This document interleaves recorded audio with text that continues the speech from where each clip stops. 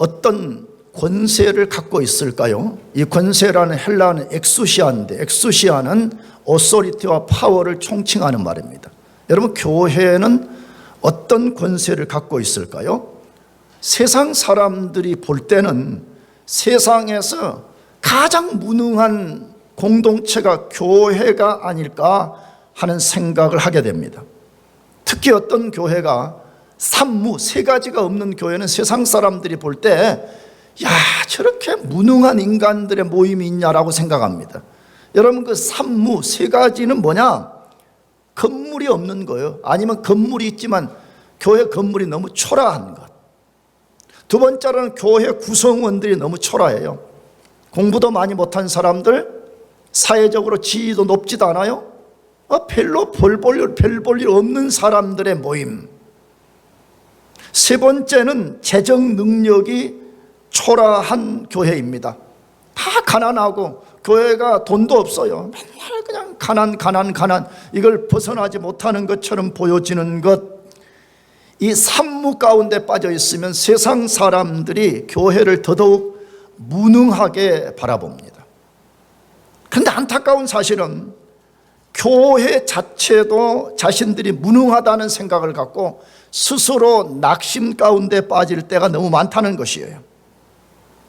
아니, 세상 사람들이 교회를 그렇게 보는 것은 뭐 충분히 이해가 되는데, 교회된 성도들 자체가 교회가 가진 엑수시아가 무엇인지를 전혀 모르니까 산무가 눈에 보이면 스스로 낙심에 빠져가지고 야, 이거 교회가 뭐 이러냐 라는 생각에 빠진다, 그 말입니다.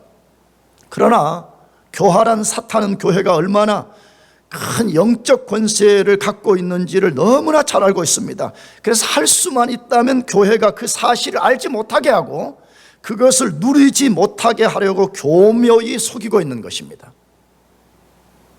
그러므로 교회가 가진 권세가 무엇인가를 알고 싶다면 우리는 성경을 부지런히 공부해야 됩니다. 믿습니까? 성경을 모르면 하나님도 모르지만 교회가 가진 엑수시아가 무엇인가를 전혀 알 수가 없는 것입니다. 나아가서 깨어서 기도해야 됩니다.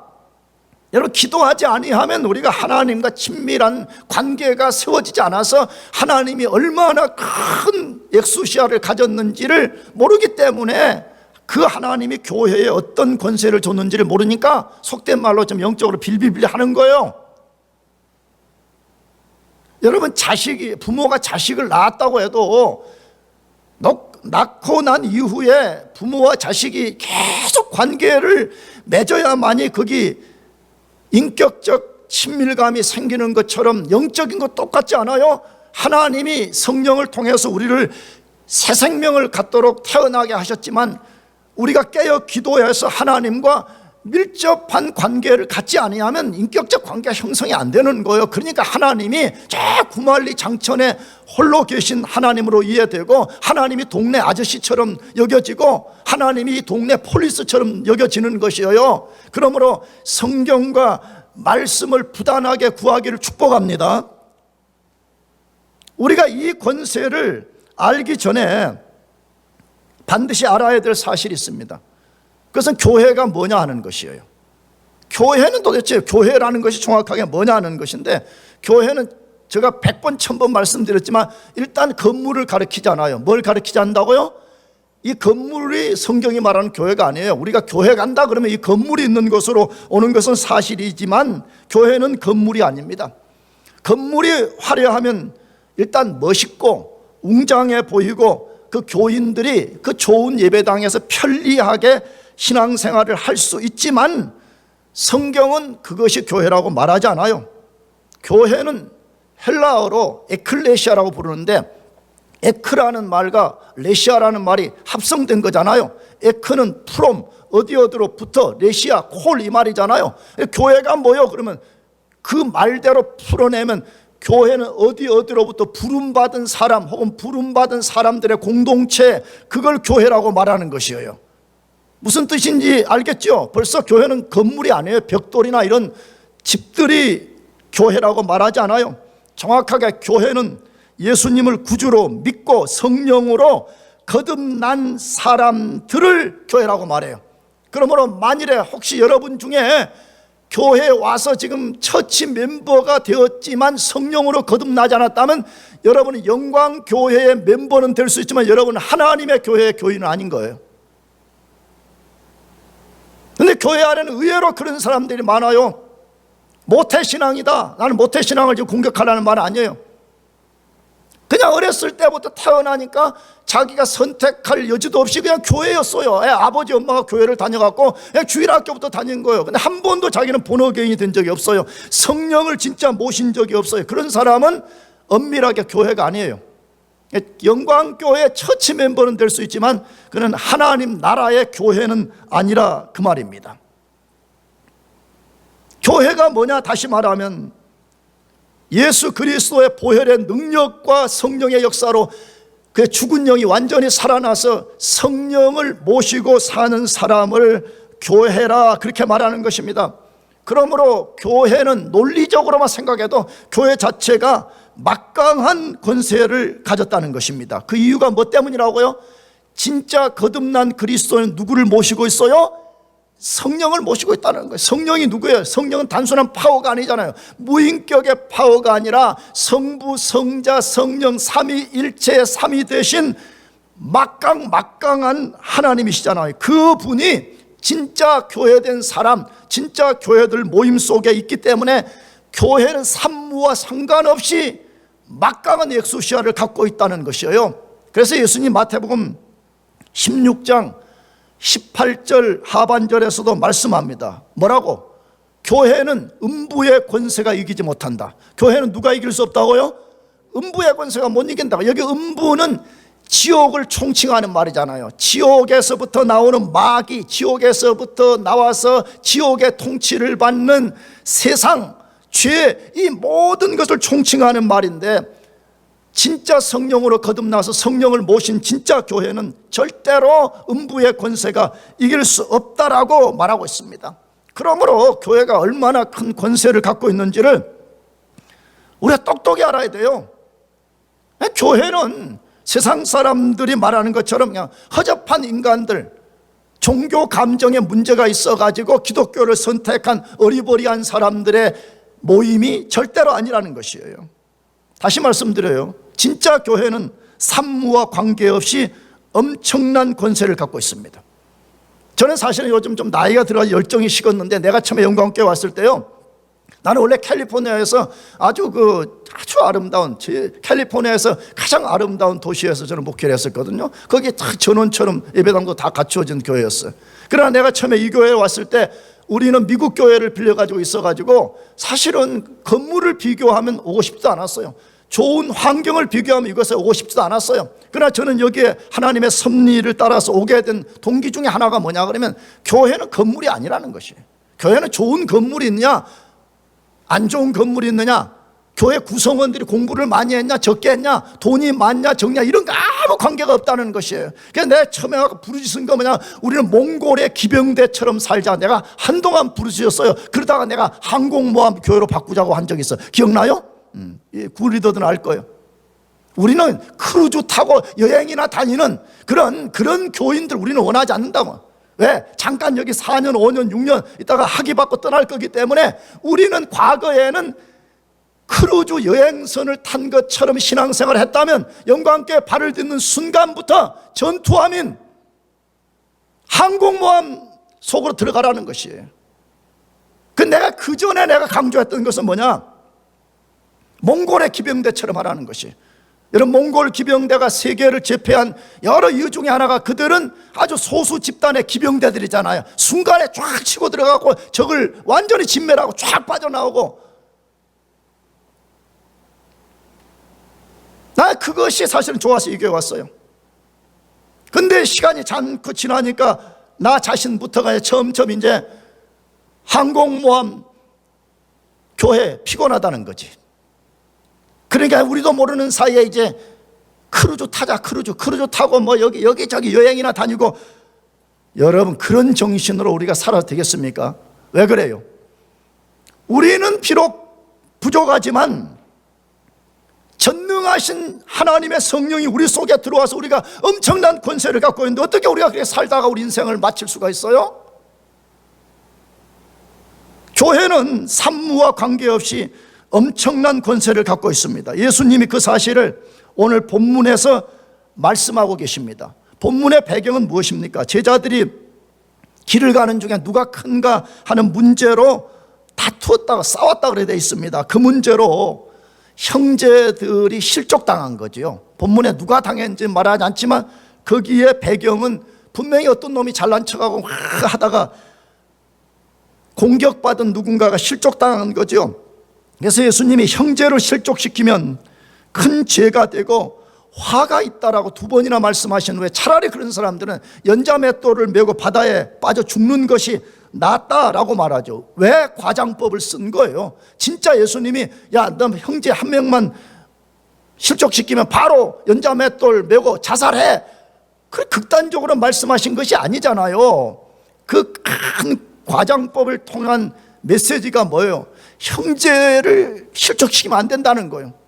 이게 얼마나 중요하고 동시에 위험한 일인가를 말씀하기 위해서 그렇게 하신 것이죠.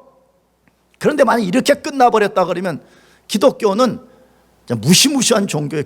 누가 기독교에서 살아날 수가 있겠어요? 그러잖아요. 놀라운 것은 예수님이 다른 사람을 실족시킨 죄를 범한 사람일지라도 죄를 해결하는 방법이 있다고 지금 알려주는 거죠.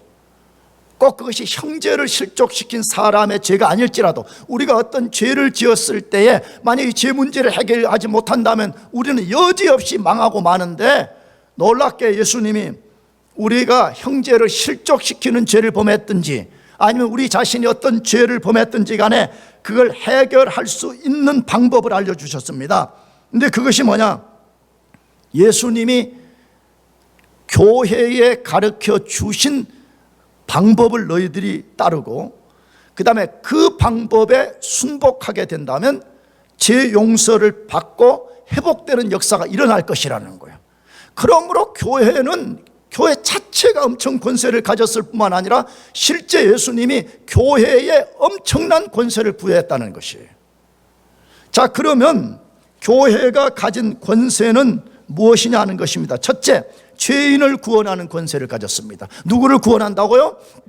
죄인을 구원하는 권세를 교회가 가졌습니다. 그러나 잘 들어야 됩니다. 여러분, 한 인간의 죄를 용서하고 그 사람을 구원하는 권세는 오직 예수님에게만 있습니다. 예수님 외에는 인간의 죄를 용서하고 구원할 자가 아무도 없습니다. 우리가 단순히 생각해 봐도 그렇잖아요.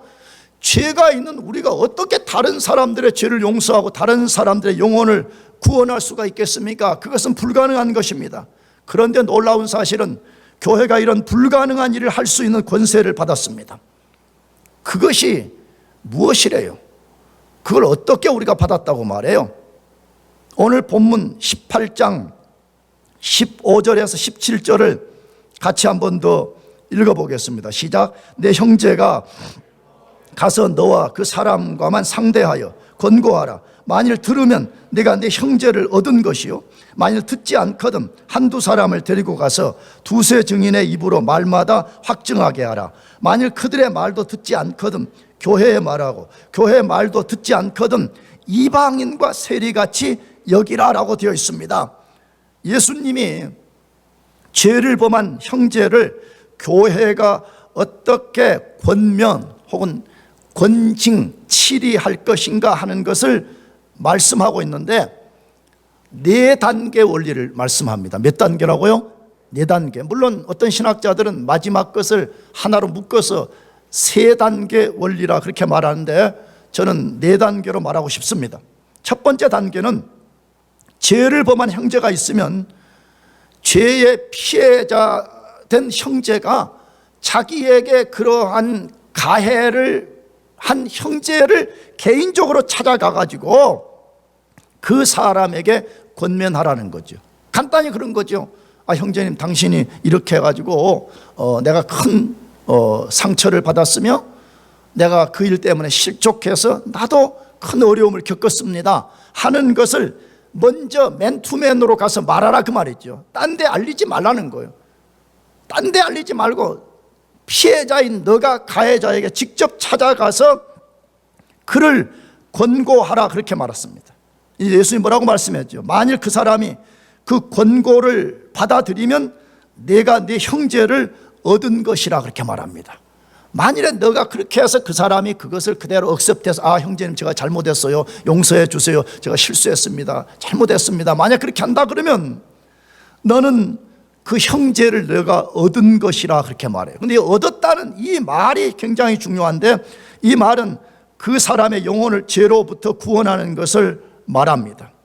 하나님이 죄를 범한 사람이 영혼을 구원하시는 데 있어서 우리가 도구로 쓰임받는다 그 말이에요. 아멘이죠? 우리가 직접 그 영혼을 구원한다는 말이 아니고 우리가 그 영혼을 하나님이 구원하는 수단이 된다 그 말이죠. 실제 성경에 우리가 구원의 도구라고 성경 여러 군데서 말하고 있거든요. 우리가요.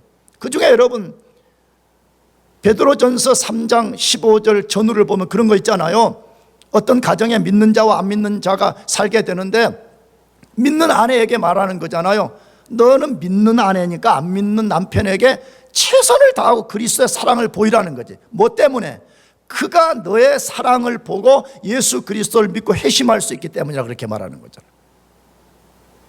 우리가 직접 구원하는 것이 아니라 우리가 영혼을 구원하는데 도구로 사용될 수 있다는 것이. 참 나는 이 본문을 묵상하면서 우리 하나님은 너무 좋으신 분이라는 거예요. 하나님을 공부하면 할수록 하나님이 너무너무 멋있다는 것이에요. 어떻게 해서 멋있어요? 일단은 자비로워요. 일단은 뭐하다고요? 자비로워요. 만약 내가 하나님이면 큰일 날 것 같아. 진짜로 내가 하나님이면 진짜 하나님 아니 될 수도 없지만 아닌 걸 여러분 감사하시기 바라요. 큰일 날 것 같아 내가 하나님. 하나님 굉장히 자비로우시고 동시에 지혜로워요. 어떻게 지혜롭죠? 그 죄를 범한 형제까지도 불쌍히 여기는 거잖아요. 그리고 문제를 정직하게 해결하게 하나님이 접근하세요. 여러분 교회가 굉장히 시끄럽고 막 교회끼리 싸우고 교회가 가십을 만들고 뒤에 사는 이유 중에 하나가 뭔지 알아요? 가십이 될 수 없는 것들은 드러내도 그냥 스스로 사라져 버리는데 그 가십이 교회를 깨뜨리는 현상들은 뭐냐? 어떤 걸 정직하게 처리하지 않을 때 사단이 그걸 이용하게 돼요. 만약에 장보한 목사가 뭘 실수했어요, 잘못했어요. 근데 내가 그것을 교인들 앞에서 성도 여러분 제가 못나가지고 제가 큰 죄를 지었습니다, 여러분이 그리스도의 사랑으로 저를 용서해 주십시오, 정직하게 내가 그걸 고백하면 거의 100%는 다 용서해 주려고 그러잖아요. 근데 내가 그걸 정직하게 말하지 않아. 정직한 방법으로 처리하지 않고 적당하게 내가 상하 불러가지고 야 상하 이렇게 하니까 목사님 죄 없는 것처럼 내가 너가 해줘. 만약 이렇게 하면 어떻게 되죠? 이제 이걸 알고 있는 사람들이 가만히 안 있는 거 있잖아요. 막 들고 일어나가지고 장부한 목사가 막 상하를 꼬셔가지고 지금 우리를 완전 설득시키려고 막 이렇게 된다 그러면 그때부터 이제 완전 두더지 작전이 일어나기 시작하는 거잖아요. 막 그런 망치로 막 때려도 되지도 않는 거예요. 그래서 교회가 분란이 일어나고 교회가 깨지는 거잖아요. 그런데 예수님이 하나님이 얼마나 자비로우시고 지혜로우신지, 만약 그런 일이 발생한다면 제일 먼저 맨투맨으로 만나라는 거예요. 너가 가서 조심스럽게 그것을 권면해서 만약 그 사람이 받아들인다면 그가 죄 용서를 받고 문제가 깨끗하게 해결된다는 것이에요. 여러분 이 방법으로 접근하시길 바랍니다. 이게 교회가 사용해야 될 방법이에요. 두 번째 단계는 뭐냐? 만일 한 사람의 권면을 받아들이지 않으면 두세 증인을 세워서 그 사람의 죄를 확증하게 만들라 그렇게 말해요. 어떤 사람이 내가 뭐 잘못했어 이런 식으로 하면 그의 잘못에 대해서 증인을 세우라는 거지. 그러니까 두세 명이 가서 그 사람의 죄에 대해서 분명히 말하고 권면하고 그가 죄로부터 회개할 수 있도록 하라는 것입니다. 이것은 구약과 신약의 동일한 방법이에요. 여러분 구약의 하나님과 신약의 하나님이 다를 거라고 생각하면 큰 오산입니다. 하나님은 어제나 오늘나 영원토록 동일하신 분이에요. 믿습니까?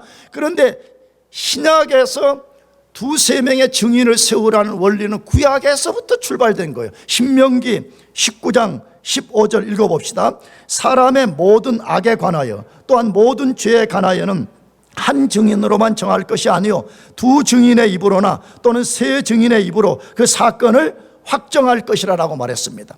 굉장히 중요한 이야기죠. 만약 어떤 사람이 그걸 받아들이지 않는다면 분명한 증인들이 있어야 된다고 말해요. 증인들.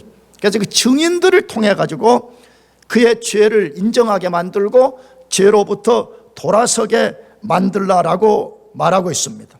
그러나 이 본문에 지금 언급은 안 됐지만 만약에 이 사람이 두세 증인의 어떤 걸 받아들인다면 그 영혼이 구원받을 수 있다는 거죠. 하나님이 그 사람을 억셉트하겠다는 거죠. 여러분, 교회가 얼마나 큰 권세를 갖고 있는지 잘 보세요. 세 번째 단계는 두세 증인의 말도 듣지 않으면 그 사실에 대해서 교회에 말하라고 말해요. 어디 말하라고요? 교회. 이것은 공동체를 말하는 거죠. 그게 몇 명이 됐든 간에 마태복음 이따가 읽어보면 알겠지만 예수님은 교회 최소 단위를 두세 명이라고 규정했잖아요. 교회는요 꼭 뭐 10,000명이 모이는 것은 좋은 교회고 두세 명이 모이면 작은 교회, 그런 거 아니에요. 아멘? 왜 아멘이 약해요?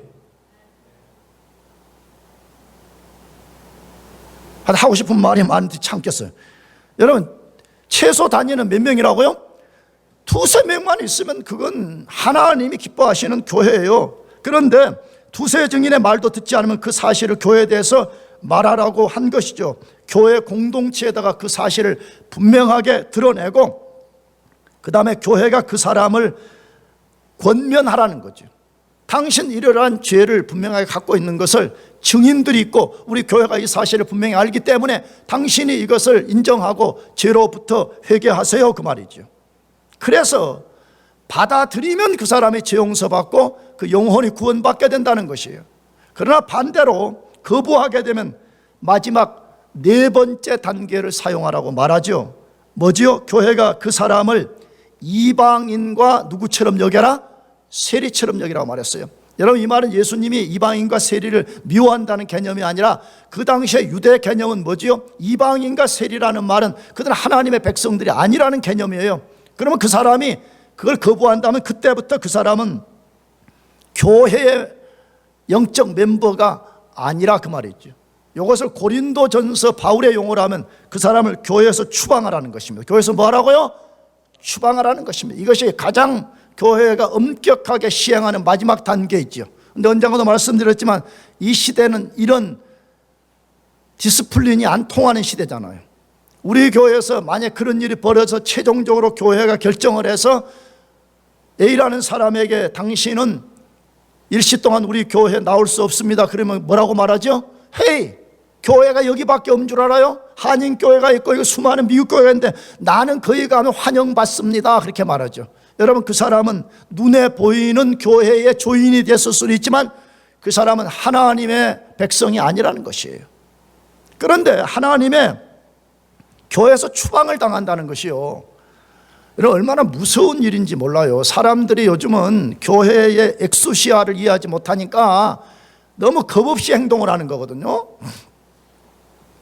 근데 바울이 고린도전서 5장 전후에서 어떤 사람을 신중하게 교회가 기도해서 디스플린해서 교회 추방을 시키면 그 사람은 사단에게 내어주는 거라 그렇게 말해요. 그러면 이게 무슨 말이냐 그러면 사도 바울은 이분법적, 이원론이 아니고 이분법적 원리로 소개를 하는데, 교회, 이 건물을 말하는 게 아니에요. 지금 말하는 참 교회는 하나님 나라로 이해를 하고 교회 밖에 모든 백성들은 사단의 지배를 받는 것으로 이해하는 것이에요. 그러면 어떤 사람이 교회에서 추방을 당한다는 말은 그 순간 그 사람은 하나님의 보호로부터 완전하게 버림을 받고 사단의 지배를 받는다, 그 말이잖아요. 여러분, 이것처럼 비극이 어디에 있어요?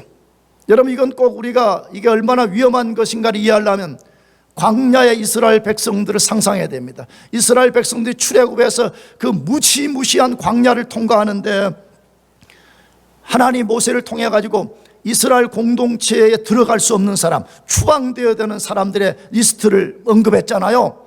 만일에 여러분, 광야에서 내가 이렇게 수백만 명이 하나님의 구름기둥과 불기둥의 인도를 받고 가는데 내가 거기서 추방을 당해 나 혼자 광야에 고립된다, 산다는 거예요, 죽는다는 거예요? 여러분, 살 수가 없습니다. 교회에 추방을 당한다, 굉장히 무서운 이야기죠. 그런데 사람들은 전혀 두려워하지 않습니다. 내가 그 교회 아니면 교회가 없는 줄 아냐? 이렇게 항의하면서 교회를 떠나는 경우들이 있잖아요. 여러분, 교회가 얼마나 큰 권세를 가졌는지를 우리가 분명하게 알아야 됩니다. 교회가 얼마나 큰 엑소시아를 가졌는지 인식해야 됩니다. 그러므로 우리 보고 뭐 하라는 것이에요? 교회는요, 서로를 가르치고 서로 잘 배우고 서로 잘 빌드업이 되어가고, 여러분 착각하면 안 돼요. 장부한 목사뿐만 아니라 모두가, 여러분 우리가 여기서 무슨 엄청난 학위를 한다고 자동적으로 영적으로 성숙했다고 생각하면 큰 착각이에요. 따라서 우리는 서로 가르치고 서로 배우고, 만일에 우리가 어떤 죄를 범하거나 어떤 실수를 하게 될 때는 교회 형제들의 그 애정어린 권면을 겸손하게 받아들일 줄 알아야 됩니다. 아멘. 오히려 그가 도망가고 너까지 꽤 뭔데 나를 권면해.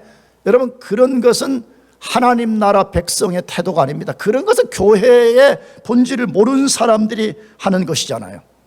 여러분, 예수님이 우리에게 엄청난 권세, 세상 사람들이 1도 모르는 이 신비한 권세를 주셨다는 것을 꼭 기억하고, 여러분들이 이 권세를 바르게 사용하시기를 축복합니다. 두 번째, 교회가 가진 권세는 뭐냐 그러면 금하고 허용하는 권세를 가졌습니다. 금지시키고 허용하는 권세를 가졌습니다. 교회가 가진 이 권세를 마태복음 18장 18절에서 말씀하는데 18절, 그래 같이 읽어보겠습니다. 시작. 진실로 너희에게 이르노니 무엇이든지 너희가 땅에서 매면 하늘에서도 매일 것이요 무엇이든지 땅에서 풀면 하늘에서도 풀리리라라고 했습니다. 자, 교회가 가진 두 번째 권세가 뭐라고 말해요? 여기 매고 푸는 권세를 가졌다 그렇게 말해요. 교회는 어떤 것을 탁 묶는 것, 본드시키는 것, 아니면 그것을 푸는 이 권세를 가졌다 그렇게 말합니다. 그래서 이 교회가 엄청난 권세를 가졌는데, 이 본문을 같은 큰 기독교 테두리 안에 있는 로만 캐톨릭 교회와 우리 개혁 교회가 해석을 좀 달리하는 이견을 갖고 있습니다. 로만 캐톨릭 교회는 이 본문과 병행인 마태복음 16장 19절과 연계해서 베드로와 그의 후계자들인 교황들에게 이 권세가 있다라고 말합니다. 그래서 이 매고 푸는 것을 제사하는 권세라고 말하면서 로만 캐톨릭 교회 사제들만이 이 독특한 권세를 가지고 있다고 해서 사제주의에 그들은 빠져 있는 것입니다. 그러나 개혁교회 입장은 이와 다릅니다. 우리 개혁교회는 이 마태복음이 기록됐던 역사적 배경이 랍비들의 어떤 가르침, 예수님도 랍비 중에 한 분이었잖아요. 물론 그분은 하나님의 아들이시지만, 그러나 당시에 랍비들이 이 토라를 가르칠 때에 이 말이 어떻게 쓰여졌는가 하는 근거에 근거하면 매고 푸는 것은 어떤 것을 금하거나 허락하는 것으로 보는 것입니다. 그렇다면 무엇에 대한 금지와 허락을 말할까요? 우리가 성경을 읽을 때는 항상 이 성경의 어떤 단어와 성경의 메시지가 문맥 안에서 어떻게 쓰여졌는지를 유심하게 읽어야 되는 것입니다. 내가 자주 말씀드리지만, 만약 그렇지 않으면 우리는 어떤 사랑이라는 단어를 하나를 선택해서 했지만 그 사랑을 오해해서 읽어낼 수가 있기 때문에 그렇습니다. 그래서 본문의 문맥에 근거할 때 어떤 사람이 죄를 범했을 때 그 문제를 예수님의 가르침대로 개인과 교회가 권면하고 징계하게 될 때 그것을 받아들이는 사람은 주님도 그 사람을 받아들이고, 반대로 거부하는 사람은 주님도 그 사람을 거부한다는 뜻입니다. 교회가 이 문제를 신중하게 생각하고 선택을 해서 어떤 사람을 금지시키면 예수님도 금지시킨다는 거예요. 어떤 사람을 교회가 허락하게 되면 예수님도 그 사람을 허락한다는 말인 것입니다. 다시 말씀드려요. 물론 이 권세를 우리 교회가 받았기 때문에 교회가 아무렇게 불법적으로 불의하게, 아니면 개개인의 몇 사람의 취향에 따라서 이런 디스플린을 하라는 말이 절대로 아닙니다. 매우 신중하게 하라고 본문에 말씀하는 거잖아요. 어떻게 신중하라는 거죠? 아까 어떤 사람을 금하고 푸는 문제를 몇 단계를 시행하라고요? 4단계를 써라 그렇게 했어요. 근데 그걸로 끝나지 않고 오늘 본문의 제일 끝부분에 보게 되면 너희는 이것을 결정하기 전에 온 교회가 모여서 합심해서 뭐 하라는 거예요? 기도하라는 것이에요. 그 사실에 대한 정확한 규명, 나가서 그것이 규명되고 나면 맨투맨으로 말하고, 그래도 받지 아니하면 증인들을 세우고, 그래도 듣지 않으면 교회 전체가 말하는 이 신중한 방식을 선택할 뿐만 아니라 그 결정을 내리기 위해서는 온 교회가 모여서 합심해서 뭐 하라고요? 기도해야 된다라고 말하고 있습니다.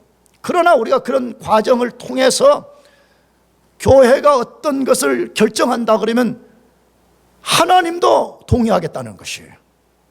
그러므로 교회가 얼마나 큰 권세를 가졌냐는 것이에요. 근데 여러분도 아시겠지만 저도 개인적으로 교회와 관련된 뉴스를 들을 때마다 마음이 아프고 부끄러워서 미치겠어요. 왜냐 그러면 교회와 관련된 것, 신앙과 관련된 걸 가지고 어떻게 교회가 해결을 못하고 세상 법정으로 가냐는 것이에요. 물론 우리가 이것과 관련 없는 것은 세상 법정에가 다툴 수 있어요. 성경에 그렇게 가르쳐요, 원리를. 그러나 교회와 관련된 일을 교회 자체에서 해결하지 못하고 그것을 세상 판사들 앞에 가서 이 문제를 해결해 주세요라는 것을 맡기는 것은요, 교회가 교회되기를 포기해버린 것이에요. 교회가 가진 엑수시아를 포기해버린 것이에요. 난 여러분에게 호소해요. 여러분이 앞으로 우리 교회를 떠나서 어디 가서 교회를 섬기든지 간에 교회의 문제는 어디서 해결해야 된다고요? 교회에서 해결할 수 있어야 돼요. 교회에서 해결할 수 있어야 돼요. 나는 교만하게 말하지 않아요. 나는 예전부터, 여러분이 이 교회 오기 전부터 나는 만일에 어떤 교회에 문제가 일어나가지고 다툼이 생겨서 이 방법대로 교회가 처리하지 않는다면 나는 언제든지 교회를 사표하고 떠나겠다 내가 많이 선언했어요. 여러분 때는 자주 말 안 했지만 난 옛날에 이렇게 많이 말했어요. 왜? 다른 것들은 우리가 세상 법정에 맡길 수 있지만 교회의 성도들의 영적인 문제와 관련되어 있는 것은 교회가 이것을 처리하라고 주님께서 우리에게 권세를 주셨는데 왜 그 권세를 포기해버리고 왜 그 권세에 복종하지 않으려고 그러고 사람들이 끝까지 이겨먹으려고 그러냐 이거예요. 바울이 뭐라고 말했어요? 너희가 손해를 본다면 손해를 볼 각오를 하라는 거잖아요. 그렇잖아요. 1700년대 미국의 위대한 설교자 조나단 에드워드, 여러분이 그분을 반드시 알아야 됩니다. 그분 때문에 브라운 대학이 세워졌고 그분 때문에 오늘날 프린스턴 대학이 저만큼 커진 거 아니에요? 그는 노샘턴 교회를 목회할 때 그분이 미국의 제1차 대각성과 제2차 대각성 운동을 일으키는 촉매제가 된 거잖아요. 근데 교회가 그 목사님을 쫓아내버린 거예요. 얼마나 멍청이 같은 교회들인지. 약 300명 정도가 출석했는데 260명가량이 조나단 에드워드를 쫓아내자는 것이에요. 근데 그 이유는 뭐냐? 그 교회 청년들이 그 당시 오늘 같으면 이상한 동영상 유튜브를 본 거죠. 추나들, 막 여성들 나체 사진 이런 걸 돌려보니까 그 위대한 조나단 에드워드가 교회에서 권징을 실시했는데 그 디스플린된 아이의 삼촌이 그 교회에 상당히 높은 포지션을 갖고 있어요. 그 사람이 교회를 바람을 넣어가지고 조나단 에드워드를 쫓아내자는 거죠. 미국의 가장 위대한 신학자, 가장 위대한 철학자, 가장 위대한 사상가, 미국의 모든 사상의 기틀을 놓았던 조나단 에드워드를 쫓아내버렸어요. 그래서 조나단 에드워드 하루아침에 그 교회 쫓겨나가지고 그가 그 당시에 미국의 변방에 쫓겨나서 가난과 궁핍 속에 있었지만 그가 거기서 그동안 쓰지 못했던 책들을 다시 써서 오늘날 위대한 원죄론, 구속사, 이런 위대한 이 기독교의 어마어마한 금자탑을 만드는 책을 쓴 것이에요. 여러분, 그건 누가 쫓겨나는 거예요? 그럼 잘 생각해요. 누가 누구를 쫓아내는 거예요? 눈에 보기에는 노샘턴 교인들 260명이 조나단 에드워드를 쫓아내는 거지만 하나님의 관점에서는 나는 그렇게 이해하지 않아요. 조나단 에드워드가 쫓겨난 것이 아니라 그들이 하나님의 나라에서 쫓겨난 것이에요.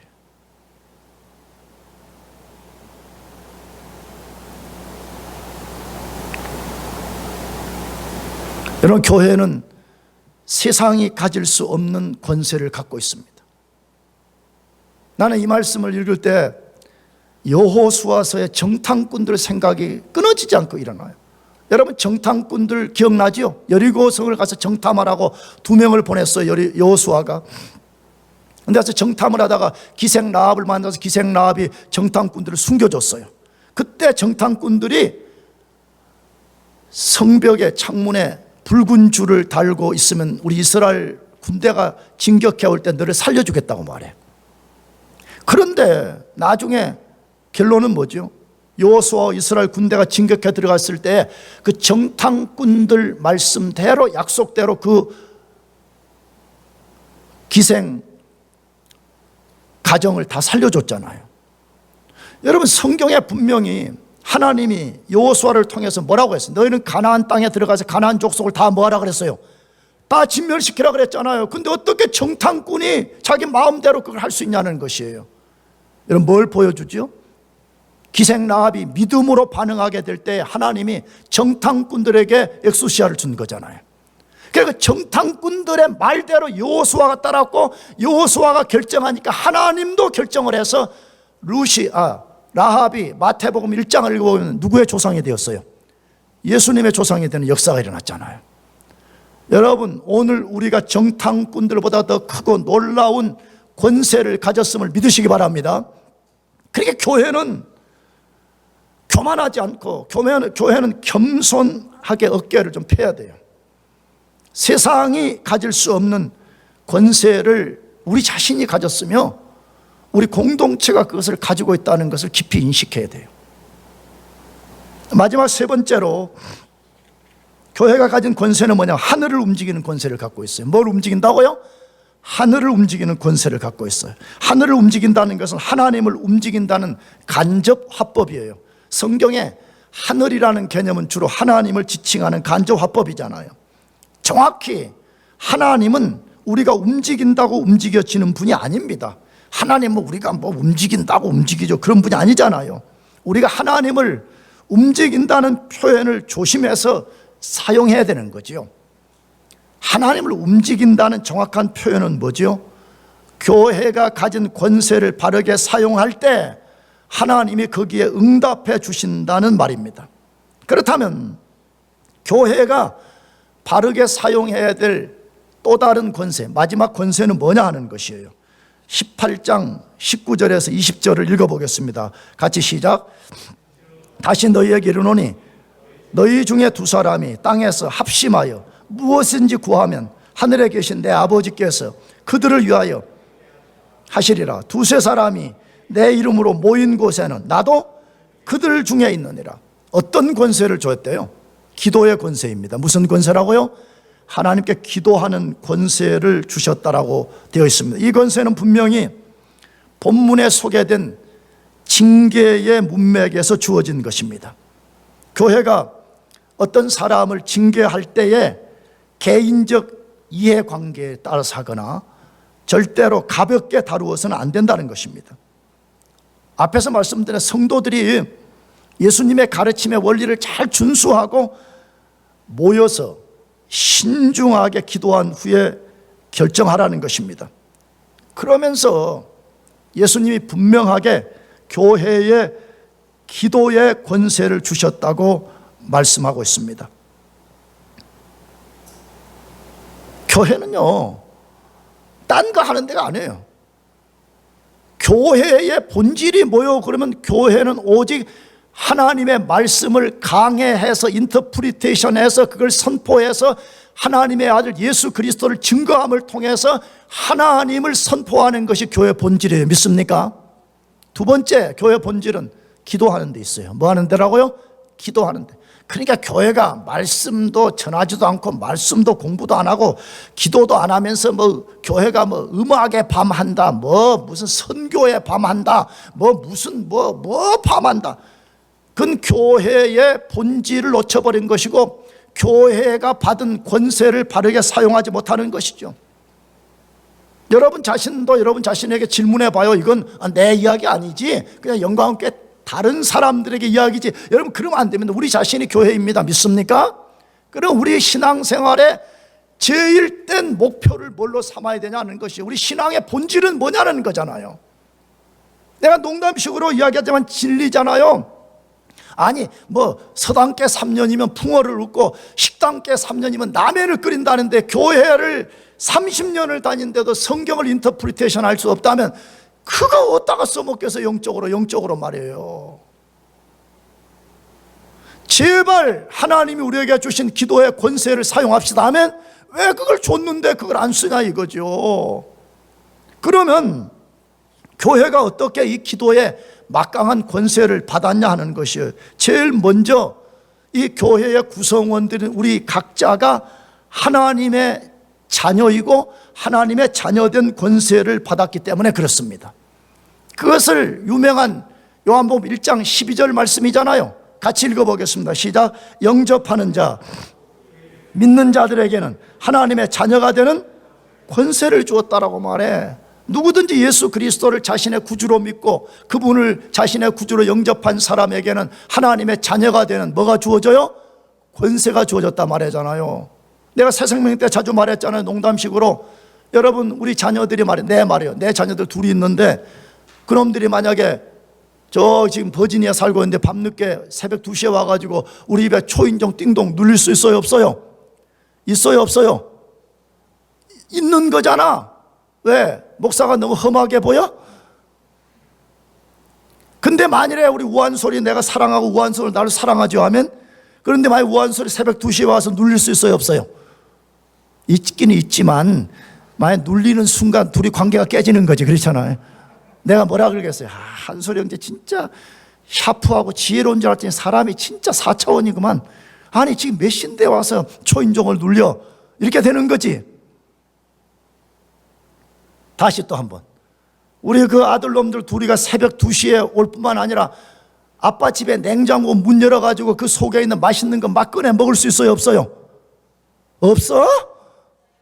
아니 우리 아들들이 먹는다는 기분이 나빠요? 거기 요구르트도 내먹고 포도도 꺼내 먹고 다 꺼내 먹을 수 있는 거잖아요. 왜? 그가 나의 누구이기 때문에, 아들이기 때문에 그런 거야. 자녀된 오소리티가 있어서 가능한 거잖아요. 한솔이 만약에 와서 냉장고 연다, 나 쉽게 이해 안 돼요. 물론 내가 한솔 형제 냉장고를 마음대로 열고 그 드시고 싶은 거 시원한 거 드시고 하세요. 그래서 열면 내가 100% 됐어, 오케이. 근데 새벽 2시에 와가지고 띵동 눌려. 왜 왔어요? 그러니까 목사님 냉장고에 뭐 좀 열겠어요. 그리고 그날부로 관계가 안 좋아지는 거잖아요. 여러분 하나님의 자녀가 됐다는 것은 내가 하나님의 나라의 냉장고 문을 열 수 있어요 없어요? 열 수 있는 오소리티가 나에게 주어졌다는 것이에요. 왜? 하나님 그분이 나의 아버지시기 때문에 내가 그분에게 간구할 수 있다는 것이에요. 하나님의 자녀된 최고의 권세는 뭐냐 그러면 이제 그 순간부터 만왕의 왕이실 뿐만 아니라 그분의 자녀된 우리가 그분에게 기도할 수 있고 간구할 수 있다는 것이에요. 나는 진짜 이게 너무 좋습니다. 나는 그래서 어마어마하게 기도하는 목사는 아니지만 기도의 끈을 안 놓으려고 그래. 왜냐? 기도는 내 표현대로 하면 뭐냐 그러면 하나님이라는 거대한 보물창고에다가 내 인생의 파이프라인을 연결시키는 거예요. 나는 유한하고 나는 연약하지만 하나님께 인생의 파이프라인을 딱 연결시켜놔서 기도를 통해서 그 하나님의 무한한 자원을 내가 공급받아 산다는 거예요. 근데 왜 그걸 안 하냐는 거지. 여러분 기도는 무슨 신앙생활 오래 한 사람만 하는 전유물이 아니에요. 예수 믿어 딱 거듭나면 그 순간에 하나님 자녀되고 그때부터 하나님께 기도하고 간구할 수 있는 권세를 주셨다라고 말씀하기 때문에 그래요. 그러니까 우리 그리스도인들이 대단한 거예요. 잘 보여. 꼭 여러분 여기만 이렇게 너무 함몰되어 있지 말고 위대한 기독교의 그 능력자들을 보세요. 윌리엄 캐리랄지 절망의 땅에 가서도 그들이 굴하지 않고 하나님의 영광을 드러낸 근거가 어디에 있어요? 나는 하나님의 자녀라는 이 엄청난 인식에서부터 모든 것이 일어난 거 아니에요? 두 번째로 교회가 기도의 권세를 가진 근거는 예수님이 성도들과 함께 해주시기 때문이에요. 예수님이 누구와 함께해요? 성도들과 함께해서, 그래서 그 마지막 절에 뭐라 했어요? 두세 사람이 내 이름으로 모인 곳에는 나도 누구 중에 있느니라? 그들 중에 있다고 말해. 나도 그들 중에 있기 때문이다. 원래는 원문이 이렇게 돼 있거든요. 그러니까 우리가 두세 사람이 진짜 진실하게 믿음을 갖고 하나님 앞에 기도를 하면 거기 예수님이 지금 우리와 함께 계시기 때문에 우리가 기도하면 그 기도가 엄청난 권세를 가진다, 그 말이에요. 그런데 나도 그들 중에 있다는 말은 구약 성경에서 테크니컬 워드잖아요. 뭐지요? 여호와가 너희 가운데 계신다, 그 말이잖아요. 우리 스바냐서에 나온 노래도 부르잖아요. 여호와가 너희 가운데 계시니, 이 찬송 우리 많이 부르잖아요. 여호와가 너희 가운데 계신다, 그 말을 예수님이 이렇게 하시는 거예요. 예수님이 여호와예요, 믿습니까? 그러면 구약에서부터 여호와가 우리와 함께한다, 이 말은 뭐냐? 첫째, 하나님이 임재하신다, 이 말이에요. 하나님이 지금 거기에 함께 하신다는 거예요. 나가서 하나님이 그들에게 능력을 공급하시고, 하나님이 그들을 보호하시고, 하나님이 그들을 위로하시고, 하나님이 그들과 깊은 커뮤니케이션을 갖는다는 말인 거잖아요. 여러분, 그러므로 교회가 얼마나 큰 권세를 받았으며 교회가 깨어서 기도해야 될 이유가 여기에 있잖아요. 교회가 모여서 두세 사람이 모여서 기도해야 될 이유가 여기에 있지 않아요?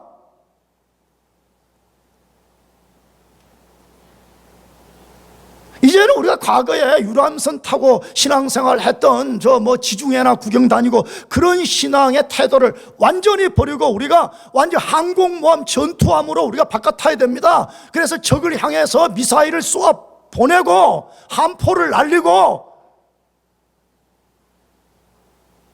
언제까지 우리가 영적인 크루즈만 타다가 그러면 인생 망하는 거예요. 우리가 두려움 없이 담대히 기도할 수 있는 근거는 우리가 그분의 자녀일 뿐만 아니라 두세 사람이 예수의 이름으로 모여서 기도하면 거기에 예수님이 함께 하시기 때문입니다. 아멘. 여호와이신 그분이 함께 하셔서 우리의 기도를 받으시고 우리 기도에 응답하시고 우리 기도를 통해서 그분이 놀라운 역사를 만드신다고 말하고 있습니다. 사랑하는 교우 여러분, 우리가 받은 이 권세를 업신여기지 맙시다. 이걸 썩혀내지 맙시다. 오늘 이 시간 이후부터 여러분들이 깨어서 합심해서 기도하고 여러분들이 받은 이 권세를 당당하게 사용하시기를 주의 이름으로 축복합니다. 기도하겠습니다. 우리 30초 동안 한번 기도하십시다. 우리 30초 기도할 때, 주님, 나에게 이 엄청난 권세를 주셨사오니 주님, 내가 이것을 바르게 사용해서 교회된 본질을 회복하고 내가 교회로서의 사명을 다하고 나아가서 내가 깨어서 기도하고 합심해서 기도함을 통해서 하나님이 역사하시는 것, 하나님이 응답하시는 것을 깊이 경험할 수 있게 해달라고 우리 30초 동안 소리 내서 같이 기도하겠습니다. 하나님 아버지, 감사와 찬송을 올려드립니다. 오늘 또 주의 말씀을 통해서 예수 그리스도를 구주로 믿는 우리가 얼마나 큰 영적 권세를 예수님으로부터 받았는지를 말씀하여 주신 것을 감사합니다. 하나님 아버지, 우리가 예수의 권세를 가지고 어떤 사람을 권면하고 두세 사람이 권면하고 교회가 권면해서 그 사람이 그것을 받아들이게 되면 그 영혼을 구원하게 되고 받아들이지 않으면 그 영혼이 구원받지 못하는 이 권세를 우리에게 주셨다고 하였사오니 하나님, 우리가 이 막강한 권세를 깨닫고 이것을 바르게 사용하고 신중하게 사용하고 믿음으로 사용할 수 있도록 하나님 은혜를 주시기를 구합니다. 뿐만 아니라 주여, 우리가 합심하여 기도하면 하나님께서 들으시고 역사하신다고 하였사오니 힘써 기도하게 해주셔서 모여서 기도하게 해주시고 합심해서 기도할 수 있도록 은혜를 베풀어 주시기를 구합니다. 우리가 합심하여 두세 사람이 구하면 무엇이든지 응답하시겠다고 주님께서 약속하여 주셨사오니 우리 영광교회 교우들의 기도를 하찮게 여기지 않게 해주시고, 아버지, 기도하는 일들이 인생에 가장 중요하고 가장 큰 비중을 둘 수 있도록 성령의 역사를 베풀어 주시옵소서. 하나님 아버지, 예수 그리스도를 믿어서 하나님 자녀된 모두에게 세상이 알 수 없는 엄청난 권세를 주신 것을 감사합니다. 이 권세를 바르게 사용할 수 있도록 은혜를 베풀어 주시며, 특별히 우리가 깨어서 기도하고 합심해서 기도할 수 있는 믿음을 더하여 주옵소서. 주님이 분명히 합심하여 무엇이든지 구하면, 합심하여 무엇이든지 구하면 하나님이 이루어 주신다고 하였사오니, 우리가 이 말씀을 그대로 믿고 우리가 오늘 이후로 합심해서 기도할 수 있는 은혜를 베풀어 주시옵소서. 그래서 우리 성도들이 힘써 합심하여 기도할 때에 하나님이 더 이상 우리 자신의 이방인이 아니라 바울의 고백과 같이 내가 의뢰하는 하나님을 내가 알고라는 고백이 우리 모두의 고백이 되게 하여 주시옵소서. 예수 그리스도 이름